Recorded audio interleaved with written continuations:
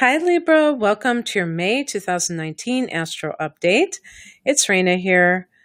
So there's something out there. I think it's the wind. I thought maybe it was a train again. But anyway, this is a really deep month for you. And I wonder how it's going to play out for the average Libra because you have a lot of energy in the eighth house, which is the house that Scorpio rules. So for you, the eighth house is Taurus. And the eighth house deals with death.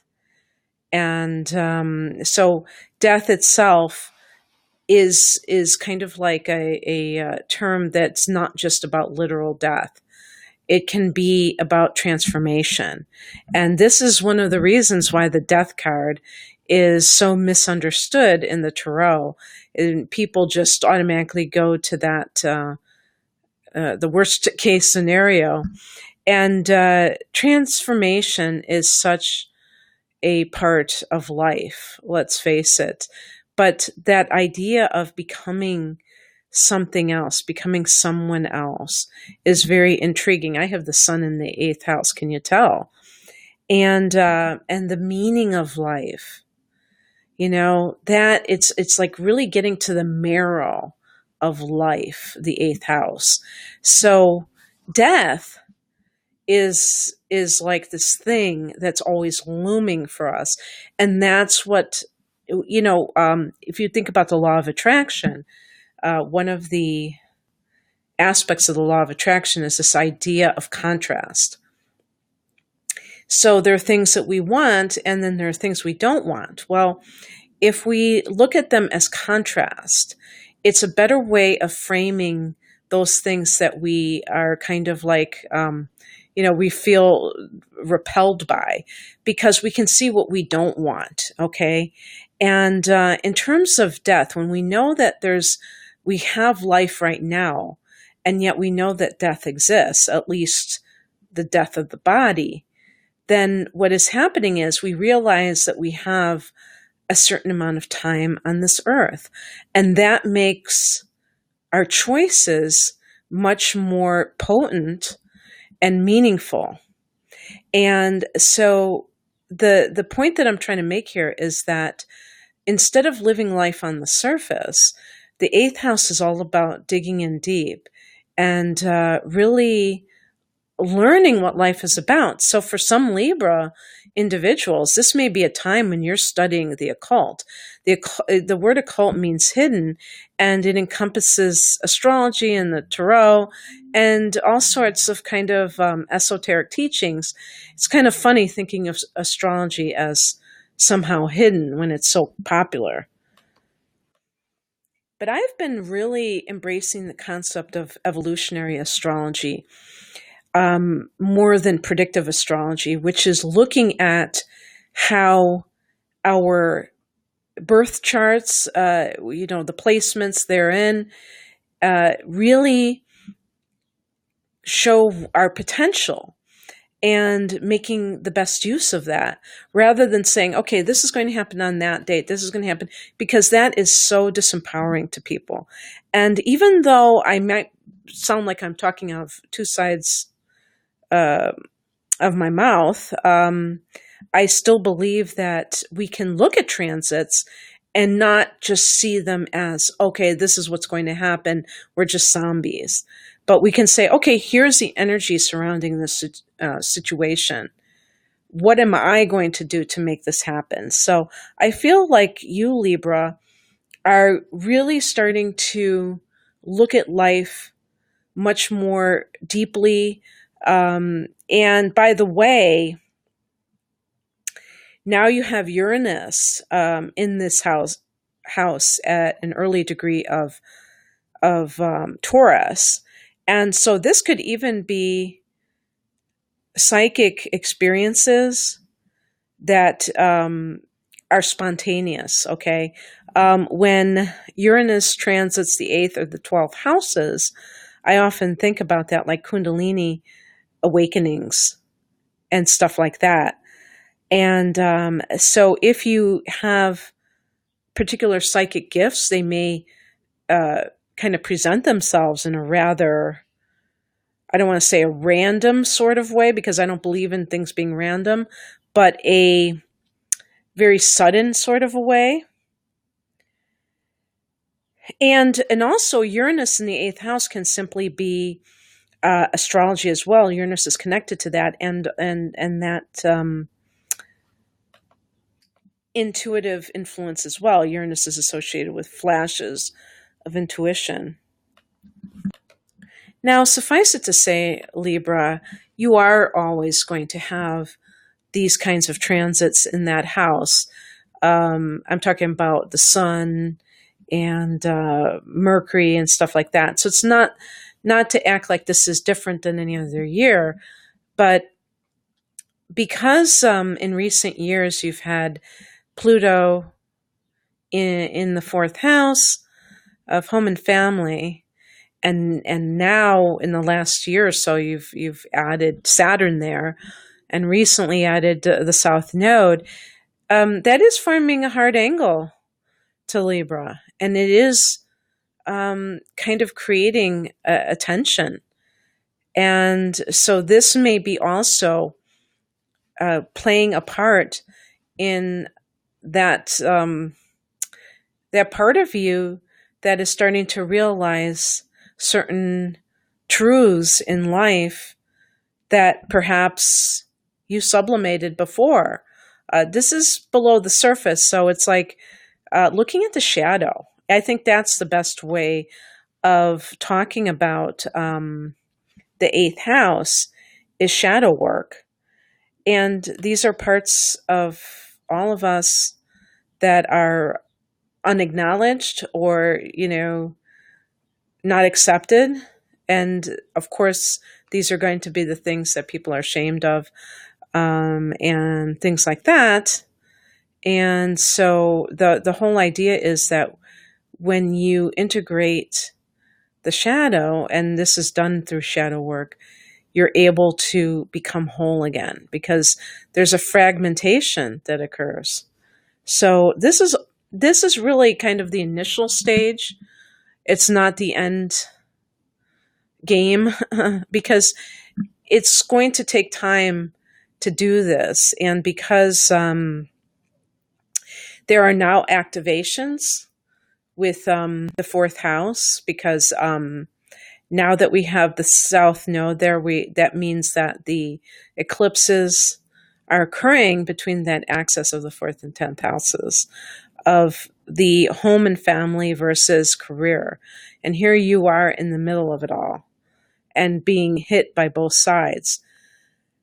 And so, I mean, those kinds of issues may be playing out for you as well, but I'm not going to get into the eclipses in these 4th and 10th houses are actually happening in July. So when I do that reading, I will discuss that. But right now, I'm talking about these more topical issues. And so at the time that the sun is in this 8th house, we have Mars in the 9th house. And so you're yearning for expansion. And I actually think that some of you are planning some kind of trip that's long distance. And I'll explain why in a minute. But certainly this may even be more the case in June that it actually takes place. But on the 4th, we have a new moon at 14 degrees of Taurus in the 8th house.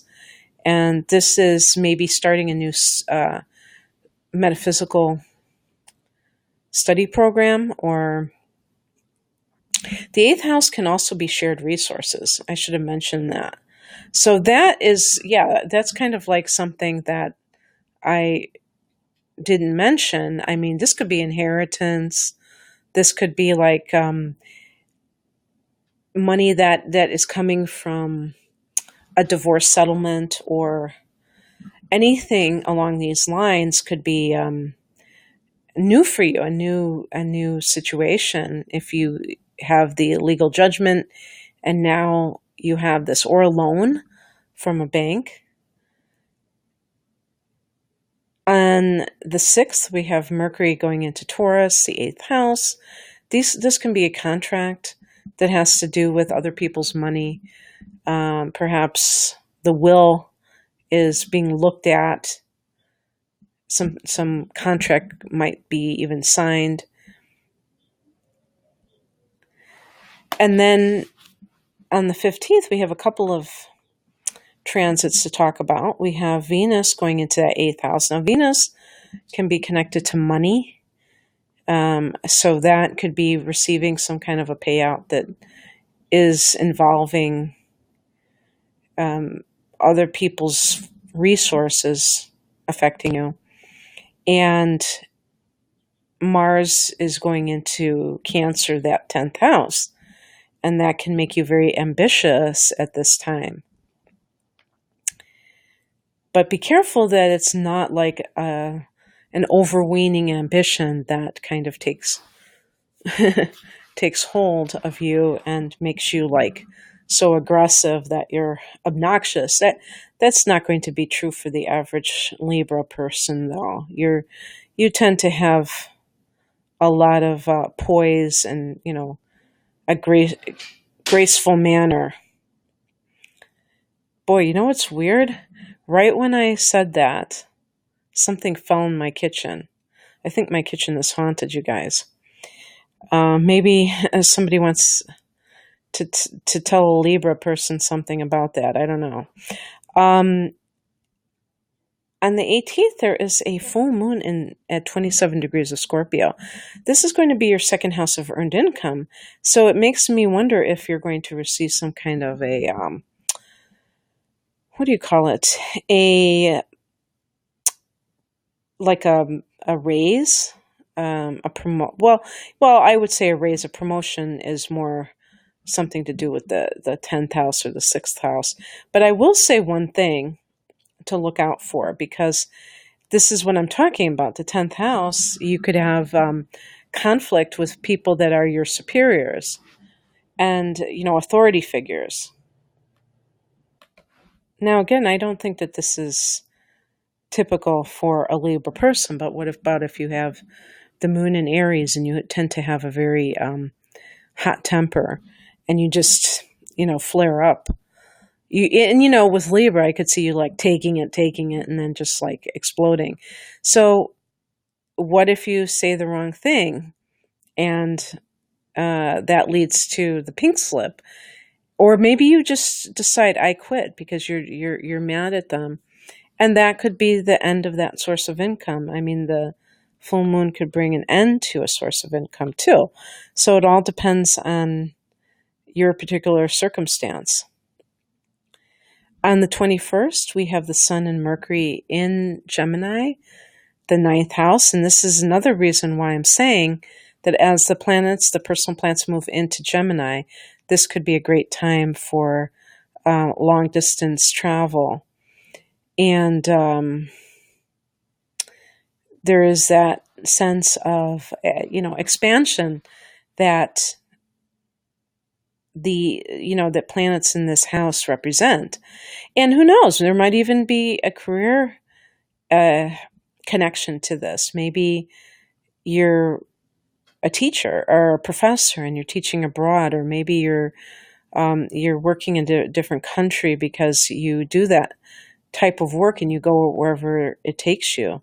So this is kind of widening your scope. Libra is an air sign. You're intellectual as well as artistic lovers of art and, art aficionados. And so maybe you're going to enjoy seeing some kind of museums when you're going to this other country, if that's happening for you. And so maybe there's also a cultural exploration as well as a professional angle. Or if you're just doing it for fun, chances are you're not just going to go and sit on a beach with and drink those drinks with little umbrellas on it. You're going to also do something to feed your mind.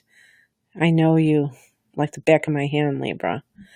Okay, that's what I have for you, Libra. I hope that you enjoyed this. If you'd like a personal reading, please check below. I have a link to my website, which is rainamoonastrology.com. Take care. Bye.